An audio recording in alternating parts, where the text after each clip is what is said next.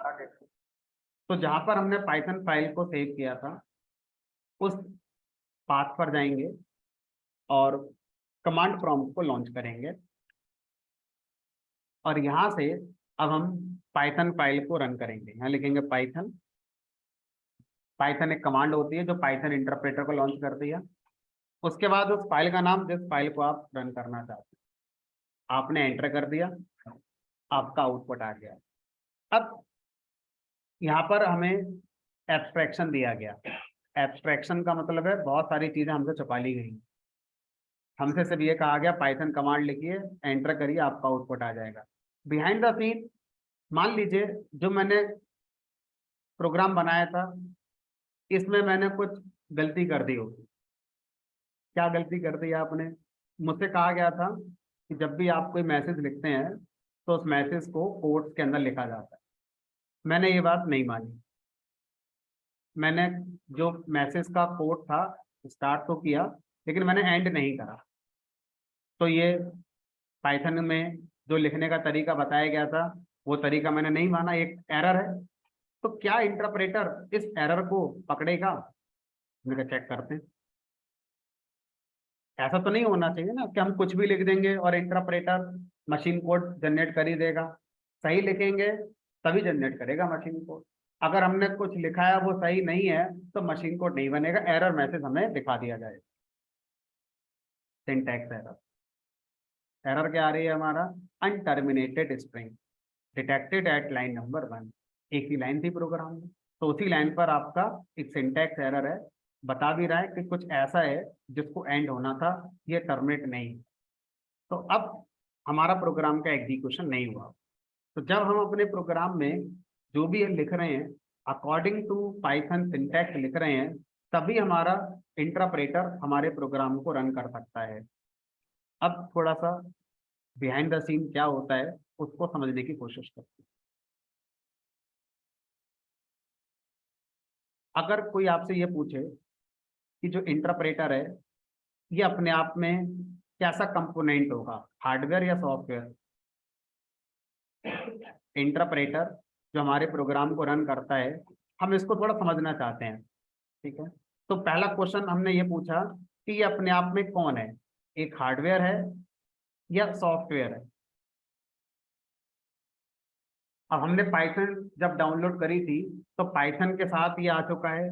तो डाउनलोड तो सॉफ्टवेयर ही होते हैं अभी तक, हार्डवेयर तो डाउनलोड नहीं होते हैं अभी। हार्डवेयर तो जाकर लाना ही पड़ेगा कहीं। ठीक है, तो ये कौन है? एक सॉफ्टवेयर। ये समझ में आ गया कि इंटरप्रेटर अपने आप में एक सॉफ्टवेयर है। अगर इंटरप्रेटर अपने आप में एक सॉफ्टवेयर है तो ये भी तो किसी प्रोग्रामिंग लैंग्वेज में बनाया गया होगा।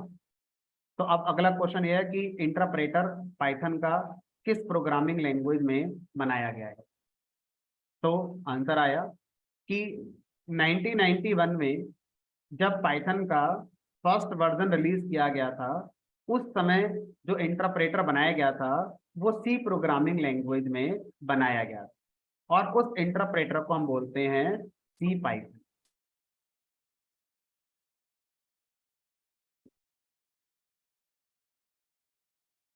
अगर हम इसको एक हेडिंग का नाम दे दें तो हेडिंग होता है इम्प्लीमेंटेशन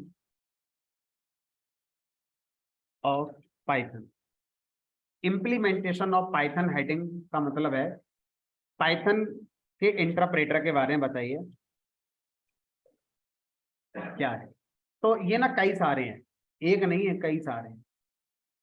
तो इम्प्लीमेंटेशन या इंटरप्रेटर्स ऑफ पाइथन, तो सबसे पहला इंटरप्रेटर है जिसका नाम है C Python.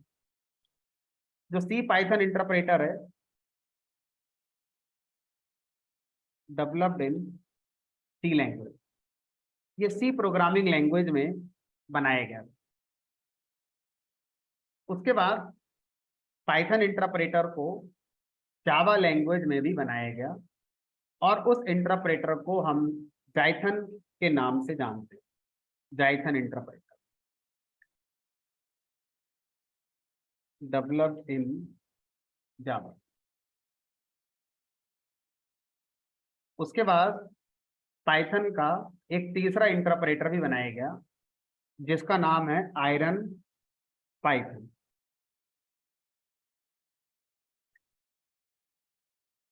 Developed in dot net, ये डॉट नेट में बनाया गया। एक चौथा इंटरप्रेटर भी पाइथन का आता है जिसका नाम है पाई पाई। पाई पाई जो इंटरप्रेटर है ये पाइथन में ही बनाया गया है। इसके अलावा और भी इंटरप्रेटर हैं जो आते हैं।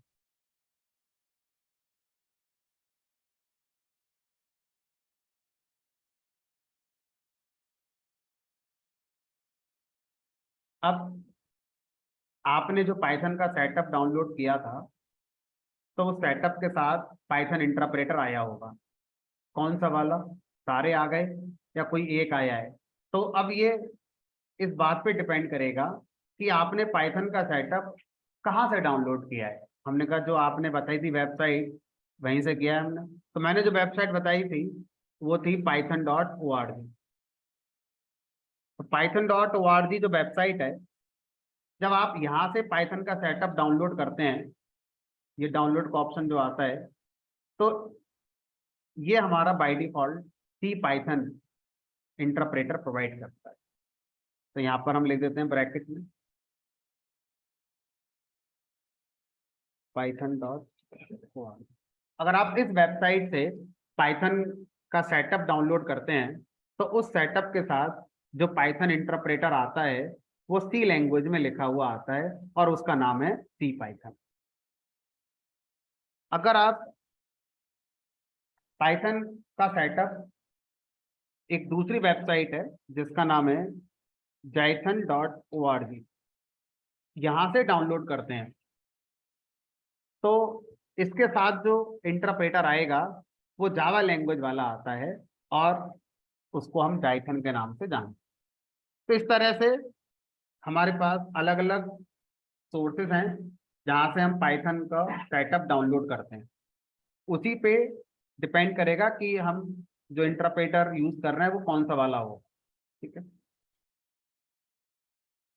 मैं सारी वेबसाइट एक बार आपको ओपन करके दिखाऊंगा ताकि आपको और बेटर समझ में आए। ironpython.net और ये है pypy.org।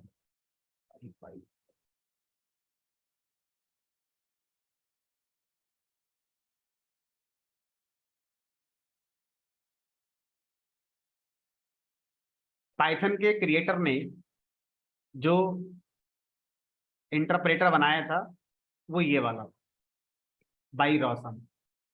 रॉसम ने पाइथन लैंग्वेज जब बनाई थी तो उसका जो इंटरप्रेटर बनाया था उन्होंने सी पाइथन वाला बनाया। तो जब भी हम पाइथन की बात करते हैं तो जाने अनजाने में हम सी पाइथन की बात कर रहे होते हैं, क्योंकि सी पाइथन ही डिफॉल्ट पाइथन इंटरप्रेटर कंसीडर होता है। अब सर इन सब में डिफरेंस क्या है? हम ये वाला पढ़ रहे हैं, वो कौन डेवलपर्स होते होंगे जो ये वाला या ये वाला पढ़ते होंगे? क्या हम जो पढ़ रहे हैं वो बाकी इंटरप्रेटर समझ पाएंगे? ऐसा तो नहीं है कि हमने पाइथन को सी पाइथन से पढ़ लिया और कल को हम जहाँ जॉब करने गए वहां पर जाइथन इंटरप्रेटर यूज होता है और हमारे लिखे कॉन्सेप्ट वहां चल ही नहीं रहे, एरर आ रही है। ऐसा नहीं है। जितने भी पाइथन इंटरप्रेटर हैं इन सबका एक कॉमन स्टैंडर्ड। ये सारे इंटरप्रेटर एक मामले में अलग हो सकते हैं, एग्जीक्यूशन स्पीड। कोई बोलेगा कि मैंने एक प्रोग्राम को रन कराया T1 टाइम, दूसरा इंटरप्रेटर सेम प्रोग्राम को रन कराएगा, सेम, कोई चेंज नहीं करने उसमें, लेकिन टाइम T2 हो सकता है। तो हर इंटरप्रेटर एक ही प्रोग्राम को रन करने का जो टाइम है वो अलग अलग ले सकता है। तो उसके अकॉर्डिंग इंटरप्रेटर में एक डिफरेंस ये आता है। दूसरा डिफरेंस होगा मेमोरी यूसेज। कोई इंटरप्रेटर एक ही प्रोग्राम को रन करने के लिए जो मेमोरी यूज कर रहा है, हो सकता है दूसरा इंटरप्रेटर उससे कम या उससे ज्यादा मेमोरी यूज कर रहा हो। तो ये जितने भी इंटरप्रेटर हैं इनमें जो प्राइमरी डिफरेंस है वो प्राइमरी डिफरेंस है मेमोरी यूसेज और एग्जीक्यूशन टाइम को लेकर। तो हर इंटरप्रेटर का एग्जीक्यूशन अगर हम देखें तो अलग अलग होगा। तो इन सब में अगर हम देखें तो अगर हम सी पाइथन की बात करें तो फर्स्ट नंबर पे आता है पाई पाई, सेकंड नंबर पे आता है सी पाइथन, थर्ड पर आता है जाइथन और फोर्थ पर आता ही है अकॉर्डिंग टू एग्जीक्यूशन स्पीड अगर हम देखें। लेकिन अगर हम मेमोरी वाइज देखें तो मेमोरी वाइज अगर हम देखें तो नंबर 1 पर आता है सी पाइथन। सबसे कम memory C Python interpreter use करेगा सेम प्रोग्राम को रन करने में। तो अगर हम एक बैलेंस की बात करें जहां पर एग्जीक्यूशन भी ठीक ठाक हो और मेमोरी का यूसेज भी ठीक ठाक हो, तो उस मामले में सी पाइथन को कंसीडर जनरली किया जाता है। ठीक है। और अगर आपकी फर्स्ट प्रायोरिटी है कि नहीं मुझे तो पाइथन के प्रोग्राम को फास्ट मैनर में एग्जीक्यूट करना है, तो इनमें से कौन सा इंटरप्रेटर ऐसा है जो सबसे फास्ट एग्जीक्यूट करेगा मेरे सेम प्रोग्राम को, तो आंसर आएगा पाई पाई। तो पाई पाई अराउंड 4x हमारा इसका स्पीड टाइम बताया गया है कंपेयर टू सी पाइथन। अगर सी पाइथन किसी प्रोग्राम को टी टाइम में रन करता है तो उसी प्रोग्राम को PyPy interpreter T/4 time में एग्जीक्यूट कर देगा। ठीक है। अब आगे बढ़ते हैं। सर इसके अलावा कोई और डिफरेंस इन सारे इंटरप्रेटर में? हमने कहा इसके अलावा एक डिफरेंस और आता है, मेमोरी और टाइम के अलावा एक और डिफरेंस होता है। पाइथन में एक फीचर है, पाइथन इज एक्सपेंसिबल, यानी कि पाइथन प्रोग्रामिंग लैंग्वेज को एक्सपेंसिबल प्रोग्रामिंग लैंग्वेज कहा गया है। एक्सटेंसिबल का मतलब होता है कि आप पाइथन में किसी दूसरी लैंग्वेज के कोड को भी इंक्लूड करके रन कर सकते हैं। क्या मैं कहना चाह रहा हूं उसको समझते हैं। मान लीजिए आपने एक पाइथन का प्रोग्राम बनाया,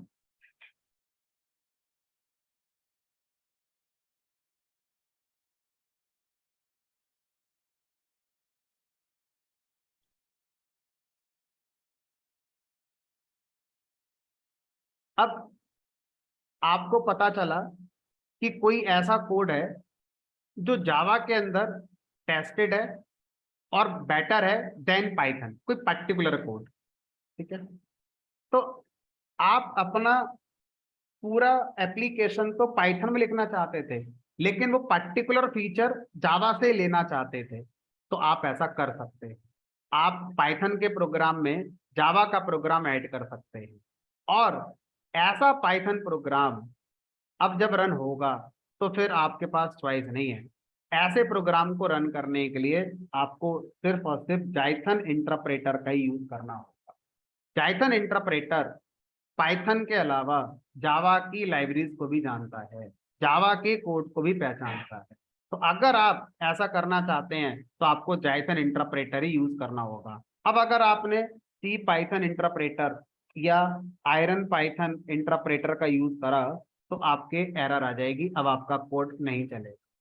तो ये वो डिफरेंस है जहां पर एग्जीक्यूशन और मेमोरी वाली बात ही नहीं आएगी, यहाँ पर सीधे एरर आ जाएगी कि कोड चलेगा ही नहीं।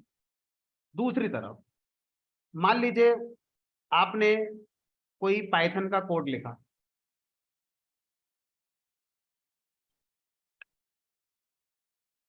और आपको लगा कि कोई ऐसा फीचर जो आपको अपने पाइथन के कोड में चाहिए वो डॉट नेट में बेस्ट है। अब तक सबसे बेस्ट मैनर में वो डॉट नेट के अंदर इंप्लीमेंट किया गया। डॉट नेट भी काइंड ऑफ कोडिंग का कॉन्सेप्ट होता है, जैसे जावा, C++, पाइथन, आर। तो अब आप क्या कर सकते हैं, पाइथन के कोड में डॉट नेट के कोड को क्लब कर सकते हैं। उसके बाद अब ये जो पाइथन का प्रोग्राम है ये अब सिर्फ और सिर्फ चलेगा आयरन पाइथन इंटरप्रेटर पर, अब ये किसी और पे नहीं चल सकता, आयरन पाइथन पे चलेगा। अब आप इसे चलाएंगे अगर जाइथन पे या सी पाइथन पे तो ये नहीं चलेगा।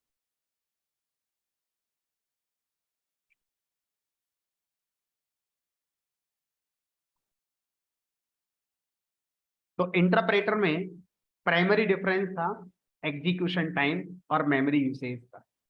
दूसरा डिफरेंस जो कि बहुत स्पेसिफिक हो गया कि अगर आपने पाइथन में जावा का कोड लिखा तो अब वो सिर्फ जाइथन इंटरप्रेटर ही रन कर सकता है, चाहे वो कितना भी स्लो होता हो, चाहे कितनी भी मेमोरी लेता हो, एक ही ऑप्शन आपके पास अवेलेबल है, जाइथन इंटरप्रेटर। तो ऐसा हम रेयरली ही करेंगे, लेकिन जिस दिन करेंगे उस दिन जाइथन इंटरप्रेटर ही यूज करेंगे। चलो अब मैं आपको इन सारे इंटरप्रेटर की जो वेबसाइट है वहां पर लेकर चलता हूँ। तो ये आपकी python.org वेबसाइट है। यहाँ पर हम डाउनलोड्स में जाएंगे तो सीधा सीधा पाइथन 3.11 दिखा रहा है। सर ये बात कहाँ लिखी है कि ये सी पाइथन इंटरप्रेटर है, इस सेटअप के साथ जो इंटरप्रेटर आएगा वो सी पाइथन वाला है। हमने कहा ये बात लिखी है दूसरे पेज पर, इसी वेबसाइट के दूसरे पेज पर। यहाँ जाइए अल्टरनेटिव इम्प्लीमेंटेशन। जब आप अल्टरनेटिव इम्प्लीमेंटेशन पे क्लिक करेंगे तो यहाँ लिखा हुआ है this site host the traditional implementation of Python need name C Python. यानी कि ये वाली जो वेबसाइट है ये ट्रेडिशनल मतलब पुरानी, परंपरागत पुरानी जो इम्प्लीमेंटेशन है, मतलब इंटरप्रेटर, इम्प्लीमेंट मतलब इंटरप्रेटर पाइथन का, सी पाइथन वाला हमें होस्ट करता है। A number of alternative implementations are available as well, Iron Python, Jython, PyPy, Stackless Python, micro Python और भी है। ये लिस्ट काफी बड़ी है, ठीक है। अब अगर आपसे कहा जाए सर jython.org पे चलते हैं, यहाँ पे jython.org पर, jython.org क्या है? इम्प्लीमेंटेशन ऑफ पाइथन इन जावा, यानी कि वो पाइथन जो जावा में लिखी हुई है, यानी कि पाइथन का वो इंटरप्रेटर जो जावा में लिखा हुआ है, ठीक है। अब एक इंटरेस्टिंग फैक्ट, अच्छा ये बताइए 1991 में जब पाइथन लैंग्वेज बनी थी तो क्या उसी दिन सारे इंटरप्रेटर बना के थे? सारे जावा वाला भी बन गया था, डॉट नेट वाला उस दिन बन गया? तुमने कहा उस दिन तो नहीं बने होंगे। क्यों? क्योंकि उस दिन तो जावा थी नहीं। जिस दिन 1991 में पाइथन रिलीज हुई थी उस समय पाइथन के साथ जावा नहीं थी। क्यों नहीं थी? जावा 1995 में आई है, डॉट नेट 1999 में आया है, उससे पहले तो डॉट नेट का कॉन्सेप्ट ही नहीं था। तो इसका मतलब क्या हुआ कि जाइथन इंटरप्रेटर के जो वर्जन होंगे वो शायद अलग होंगे, आयरन पाइथन इंटरप्रेटर के जो वर्जन होंगे वो शायद अलग होंगे, सी पाइथन इंटरप्रेटर के वर्जन अलग चल रहे होंगे, क्योंकि सी पाइथन 1991 से बना था और अब तक चल रहा है, जाइथन 1995 में बना था तब से लेकर अब तक चल रहा है, आयरन पाइथन 2000 में पहली बार बना था तब से लेकर अब तक आ रहा है। तो दोनों इन तीनों के सारे जो वर्जन है अलग अलग होंगे। हमने कहा ऐसा है। अब ये बात जब हम डाउनलोड करने जाते हैं जाइथन का सेटअप तब पता चलती है। अब देखो एक फन, पाइथन का डिक्शनरी मीनिंग होता है अजगर, सांप। पाइथन का लोगो भी क्या है? Combination of two snake. अगर आप देखो तो पाइथन का लोगो क्या है? Combination of two snake. Jython का लोगो देखो, और इसमें क्या है? ये कॉफी कप। तो जावा का लोगो क्या होता था? Coffee cup. उस कॉफी कप से उन्होंने एक स्नेक निकाल दिया, बन गया जाइथन। कोई टेक्निकल मीनिंग नहीं है, जस्ट एक फन है, ठीक है। अब मैं जब डाउनलोड पे जाऊंगा तो यहाँ पर लिखा है the current version of Jython is 2.7. जबकि python.org वेबसाइट पे आप जाएंगे, यहाँ पर डाउनलोड पाइथन 3.11 और जाइथन का लेटेस्ट वर्जन क्या है? 2.7.3। और अभी मैं आपको लेकर चलूं अगर आयरन पाइथन डॉट नेट, फिर लोगो देखो स्नेक, है ना? क्या है? Just fun. आयरन पाइथन क्या वर्जन है इसका? लेटेस्ट 3.4। और इन्होंने तो बड़ा क्लियर लिख दिया है, iron Python can use dot net and Python library. यानी आयरन पाइथन इंटरप्रेटर में पाइथन की लाइब्रेरी भी आप यूज कर सकते हैं और डॉट नेट की भी यूज कर सकते हैं, ऐसे ही जाइथन में है ना? तो अब ये बताइए, अगर हम कहीं जा रहे हैं, रास्ते में कोई हमें मिल जाए और हमसे ये पूछ ले कि बताओ आप पाइथन का कौन सा वर्जन पढ़ रहे हैं, अब हम उसे आंसर क्या दें? उसने अगर हमसे ये पूछा होता कि आयरन पाइथन का कौन सा वर्जन है तो हम आंसर 3.4 दे सकते थे। अगर वो हमसे पूछता सी पाइथन का वर्जन क्या है लेटेस्ट तो हम 3.11 आंसर दे देते। उसने हमसे ये नहीं पूछा, उसने बस ये पूछा पाइथन का लेटेस्ट वर्जन क्या है। तो जब कभी ऐसा आएगा तो आप दो आंसर देंगे, शॉर्ट आंसर और लॉन्ग आंसर।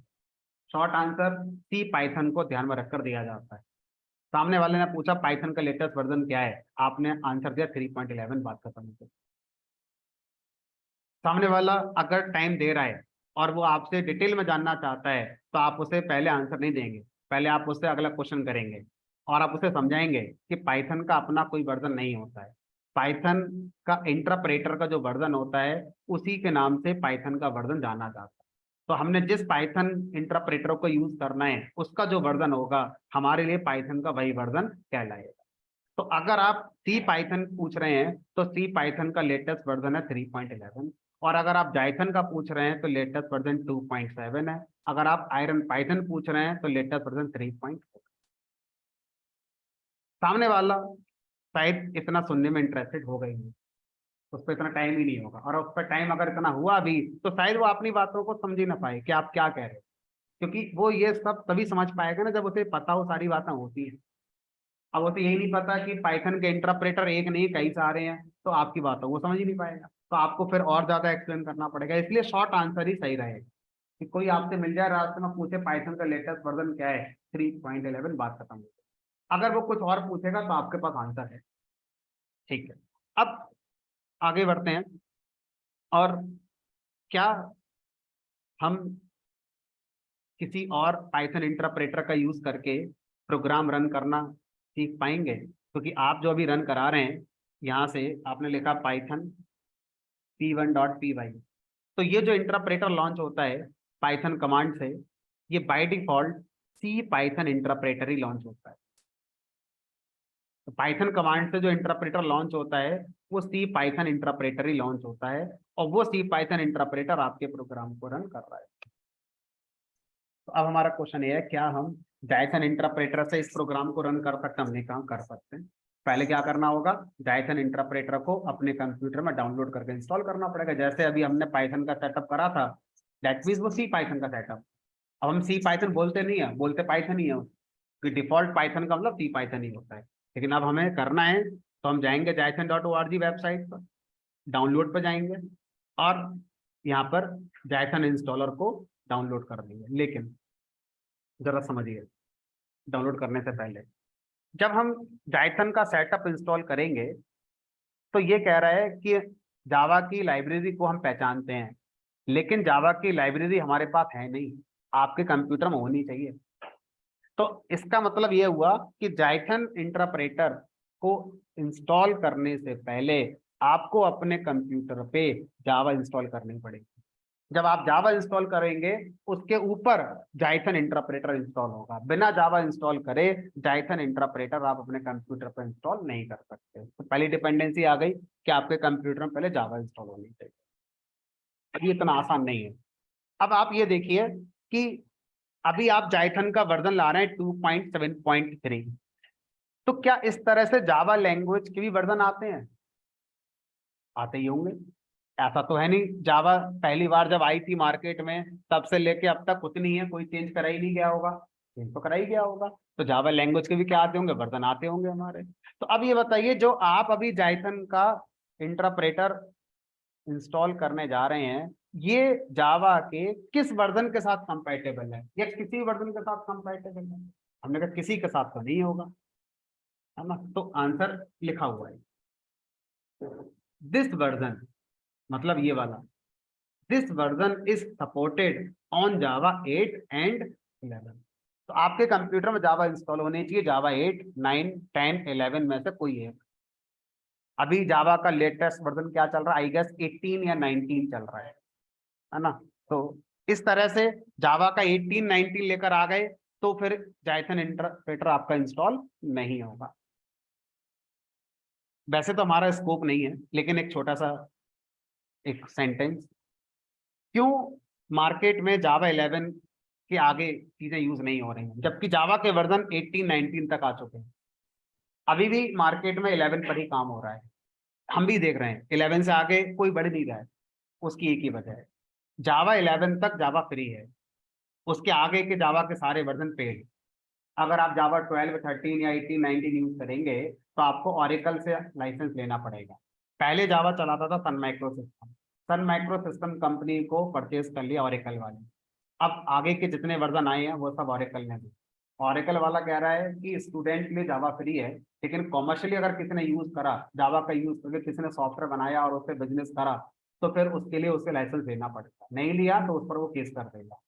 ठीक है, तो इसीलिए स्टूडेंट के लिए ओपन जेडीके करके एक सॉफ्टवेयर आता है जो फ्री है, लेकिन कॉमर्शियल यूसेज के लिए फिर आपको जेडीके यूज करना पड़ता है, लाइसेंस। इसीलिए इंडस्ट्री 11 से आगे बढ़ी नहीं रही। जिस दिन बढ़ेगी उस दिन जावा के सॉफ्टवेयर की कॉस्ट बढ़ जाएगी। क्यों? क्योंकि जो जावा यूज करेगा उसको पहले ऑरेकल को पे करना पड़ेगा, तब यूज कर पाएगा। ठीक है, बराबर। अब हमने चीजों को आसान करने के लिए मैंने अपने कंप्यूटर पे जावा पहले इंस्टॉल कर ली, ताकि हम इन सब चीजों में ना पड़े, क्योंकि हमारा स्कोप नहीं है। जस्ट हमें एक काम करके देखना है कि जाइथन इंटरप्रेटर से प्रोग्राम रन होता है, वो हमारा ऑब्जेक्टिव है। उसके पीछे जो जो कंपैटिबिलिटीज हैं वो हमने पहले यहाँ पर अपनी सेटिस्फाई कर रखी। ठीक है, तो मैं सजेस्ट नहीं करूंगा कि आप अपने घर जाके इसको अटेम्प्ट करें, क्योंकि अगर आपको जावा की नॉलेज नहीं है तो आप इसे नहीं कर पाएंगे। ठीक है, तो अब बस आप देख लें कि हाँ ऐसा होता है, कि हाँ एक इंटरप्रेटर जो हम पढ़ रहे हैं वो है, और एक और था जो हमने एक बार देखा था, होता है वो, है ना। तो अब मैं आपको चेक करके दिखाता हूँ पहले जावा का वर्जन। तो स्पेसिफिकली मैंने इसी पर्पज के लिए जावा 1.8 अपने कंप्यूटर पर इंस्टॉल कर रखे। अब मैं क्या करता हूँ, जाइथन का सेटअप इंस्टॉलर क्लिक करेंगे, डाउनलोड हो गया, और डबल क्लिक करेंगे, नेक्स्ट नेक्स्ट नेक्स्ट। मैंने इसे इंस्टॉल भी कर रखा है ना, ताकि उसमें भी टाइम हमारा ना लगे। तो अब अगर मैं आपको चेक कराऊं यहाँ पर कि मेरे पास जाइथन का कौन सा वर्जन है, लिखूंगा मैं जाइथन स्पेस डबल डैश वर्जन। तो अगर मेरे कंप्यूटर में जाइथन इंस्टॉल, अगर जाइथन का वर्जन इंस्टॉल होगा तो मुझे बता दिया जाए 2.7.3। और अगर सर मुझे सी पाइथन का वर्जन पूछना हो तो Python space double dash version. तो इससे मुझे सी पाइथन का वर्जन पता चल जाएगा 3.11। ठीक है, आपके सिस्टम में सी पाइथन इंटरप्रेटर भी है और जाइथन इंटरप्रेटर भी है। अब वही प्रोग्राम जो आपने अभी चलाया था p1.py वाला, जो सिंपल एक मैसेज प्रिंट कर रहा है दिस इज पाइथन, इसी प्रोग्राम को हम सी पाइथन से रन ना कराकर जाइथन से रन कराएंगे।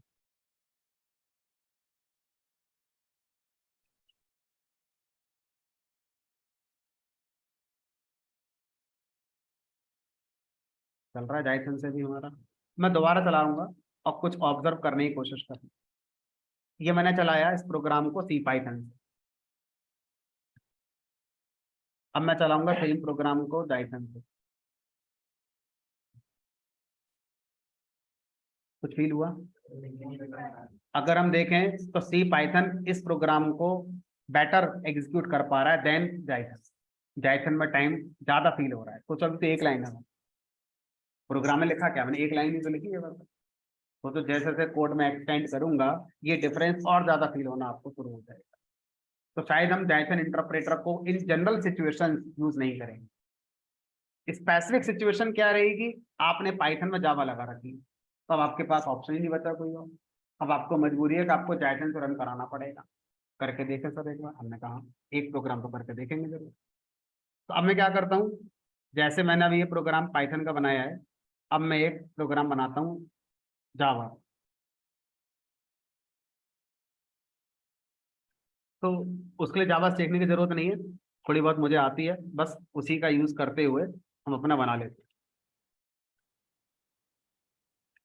अब ऑब्जर्व करते रहिएगा कि जो लोग जावा पढ़ते होंगे उनको इतना लिखना पड़ता होगा, हमने कहा उन लोगों को इतना लिखना पड़ता है।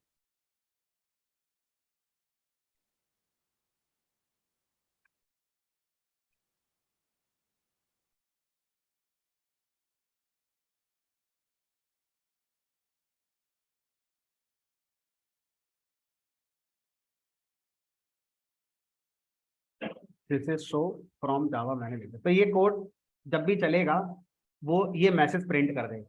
ठीक है, अब मैं इस कोड को जावा फाइल में सेव कर रहा हूँ। जैसे पाइथन की पाइथन फाइल होती है, ऐसे ही जावा के प्रोग्राम को जिस फाइल में सेव करते हैं वो डॉट जावा फाइल है। बन गई जावा फाइल। अब मुझे जावा फाइल को कंपाइल करना होगा। कंपाइल हो गई। अब आप अपने पाइथन फाइल में आइए, और ये तो पाइथन कोड हो गया। अब इस पाइथन कोड के साथ यहाँ पर जावा का कोड ऐड करें, तो हम जो लिखने जा रहे हैं समझ में नहीं आएगा कि कैसे वो कोड इंटीग्रेट हो रहा है, लेकिन जो ऑब्जेक्टिव है वो क्लियर हो जाएगा कि हाँ जो लिखा जा रहा है उससे जावा का कोड पाइथन में ऐड होता है। अब ये तो आप तभी सीख पाएंगे जब पूरी पाइथन आ जाएगी आपके लिए।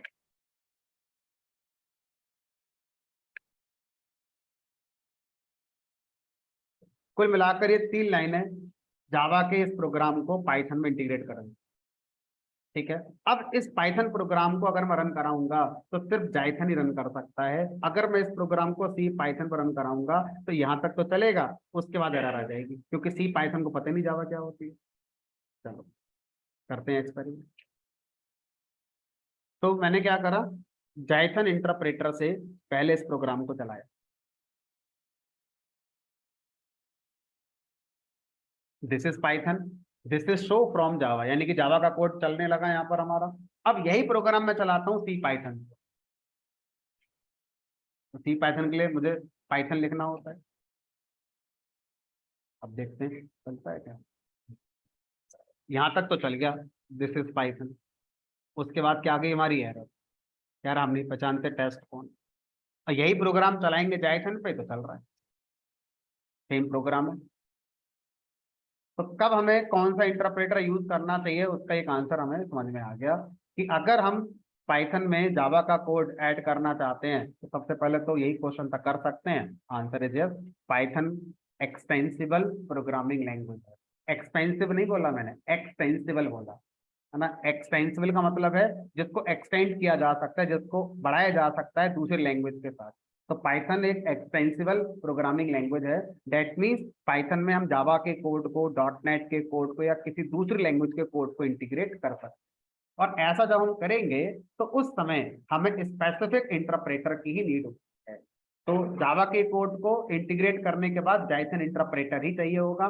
डॉट नेट के कोड को इंटीग्रेट करने के बाद आयरन पाइथन इंटरप्रेटर ही चाहिए होगा।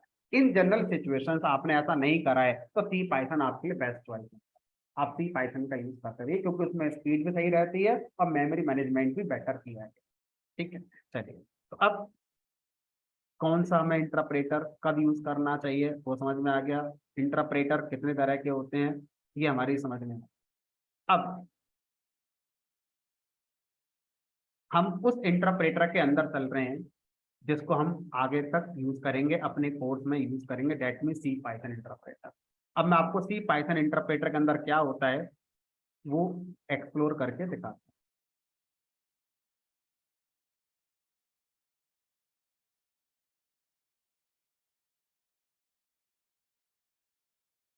अब ये आपकी पाइथन फाइल है,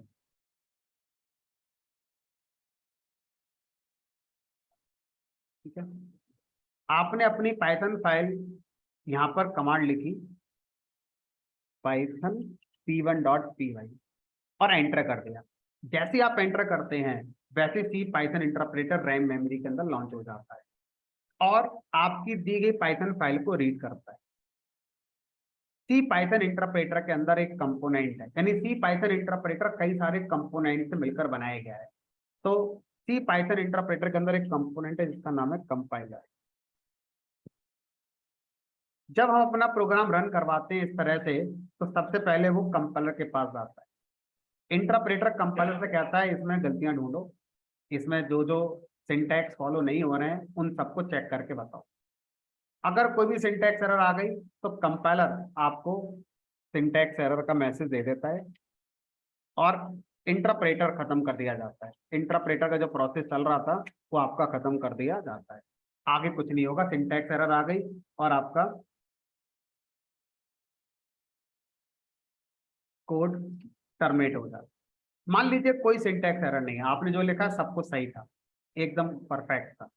तो अब यहां से एक नया पॉइंट निकलता है, if there is no syntax error. तो हमें लग रहा था कि मशीन कोड बन जाएगा, लेकिन ऐसा होता नहीं है। मशीन कोड नहीं बनता है, एक दूसरा कोड बनता है जो कि इनक्रिप्टेड होता है।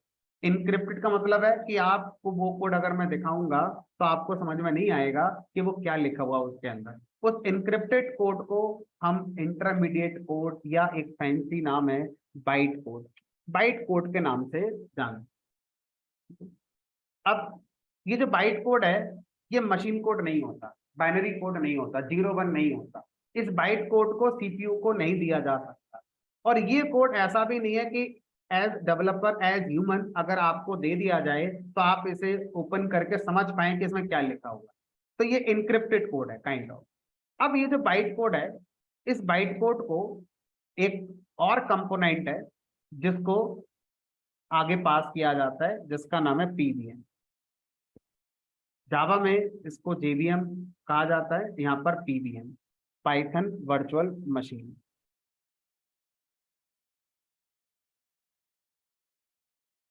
पीवीएम कंपोनेंट का काम क्या है? बाइट कोड को रीड करना और मशीन कोड बना देना, और वो मशीन कोड बनाकर किसको दे देना? सीधे सीपीयू को दे देना। ये पहुंच गया हमारे सीपीयू को, और फिर हमें हमारा आउटपुट दिखाई देता है। अब देखो हम लोग क्या करते हैं, हम लोग तो बस पाइथन कमांड लिखी, स्पेस, फाइल का नाम लिखा, एंटर कर दिया, यहां से शुरू होते हैं और सीधा हमें क्या देखने को मिलता है? ये बीच का क्या है हमारे लिए? एब्स्ट्रैक्शन। हमें पता ही नहीं चलेगा बीच में ये सब हो भी रहा है हमारा। तो इंटरनली जो इंटरप्रेटर है उसके अंदर कई सारे कंपोनेंट हैं। हमने अभी दो कंपोनेंट को एक्सप्लोर करा, एक कंपाइलर और एक पीवीएम। इसके अलावा और बहुत सारे होते हैं, है ना, जैसे गार्बेज कलेक्टर हो गया, थ्रेड शेड्यूलर हो गया, है ना, और बहुत सारे हैं जो होते हैं कंपोनेंट। अब यहाँ पर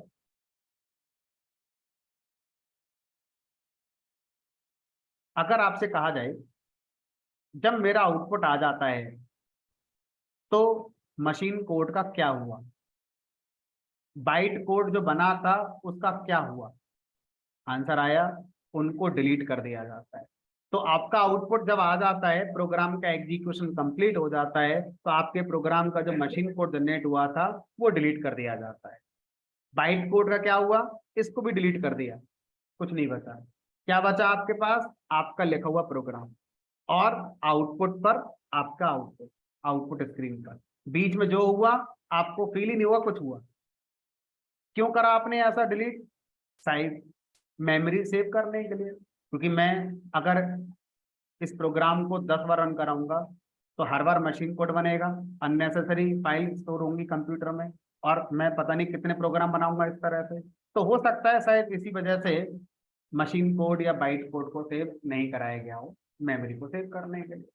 लेकिन अगर हम थोड़ा आखिरी पॉइंट पर जाकर सोचें कि मान लीजिए हमारी पाइथन पूरी हो गई, हमने एक पाइथन का बढ़िया सा प्रोजेक्ट बना लिया, अब वो प्रोजेक्ट हमने किसी क्लाइंट को देना है, किसी को देना है।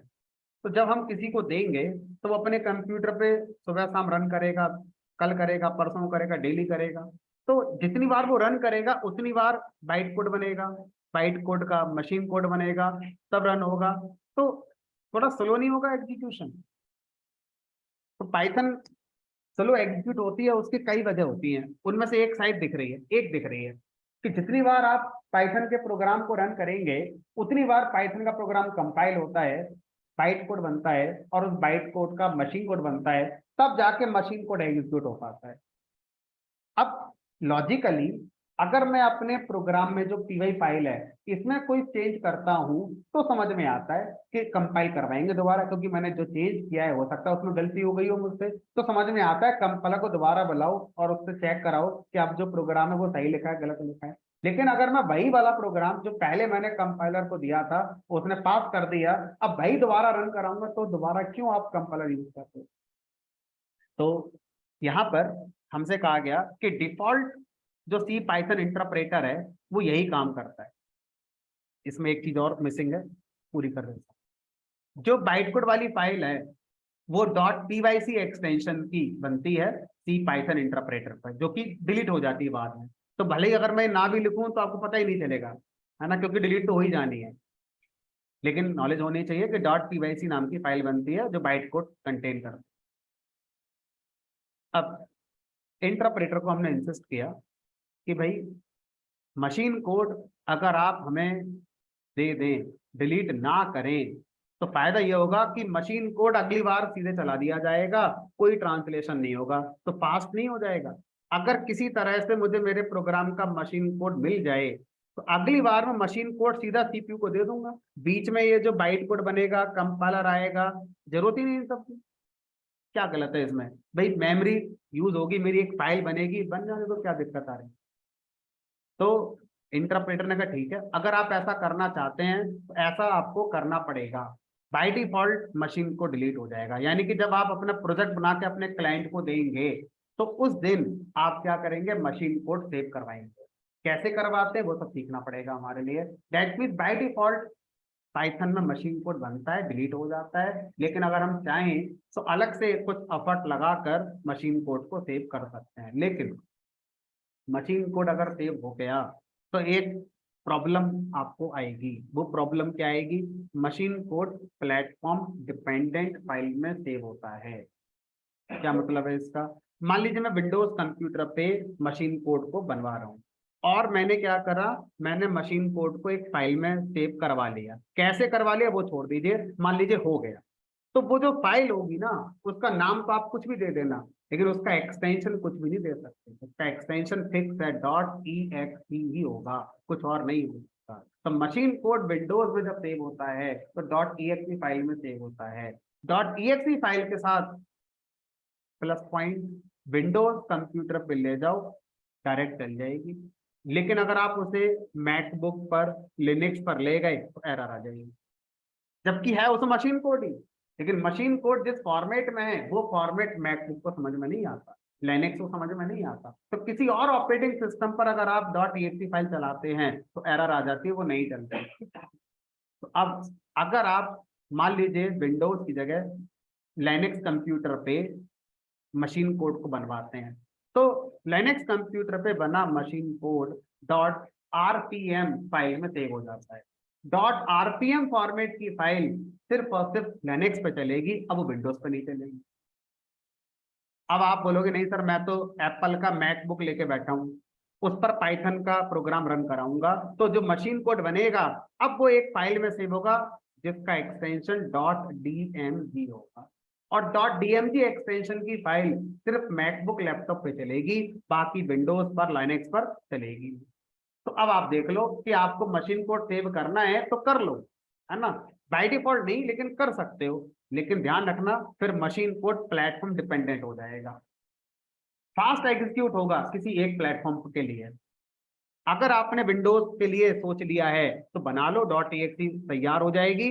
अब विंडोज पर उसे चलाएंगे तो फास्ट चलेगी, क्योंकि हर बार मशीन कोड रन किया जाए।